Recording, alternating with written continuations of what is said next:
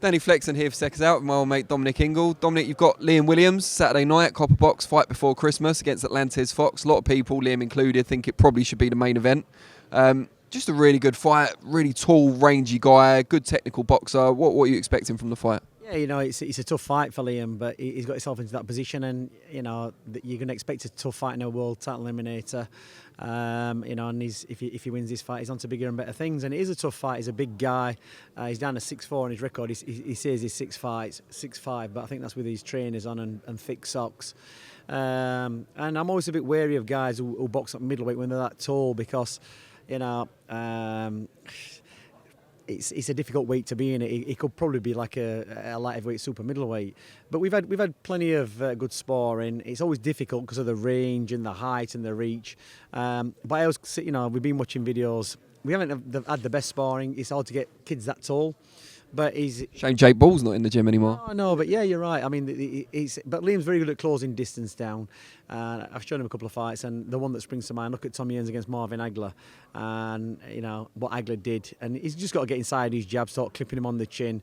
He's a fit kid, Liam, and he's been in camp. I think he went straight back into camp after his last fight. 2 weeks and was straight back in, so he's fit. He's got a good engine on him.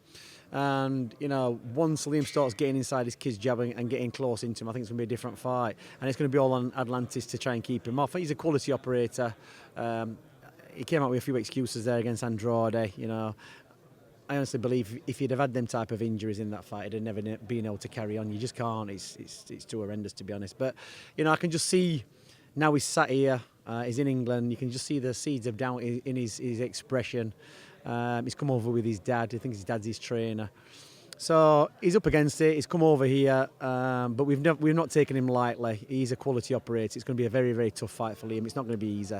For me, it's a 50-50 fight. If Liam can keep composed and stick to the game plan that he's got, I think he'll pull through. But it's going to be a tough fight. I don't think he's going to stop Atlantis. It's you know, I think the guy is a quality operator, but it's going to be a tough fight. But I think Liam's just going to edge it.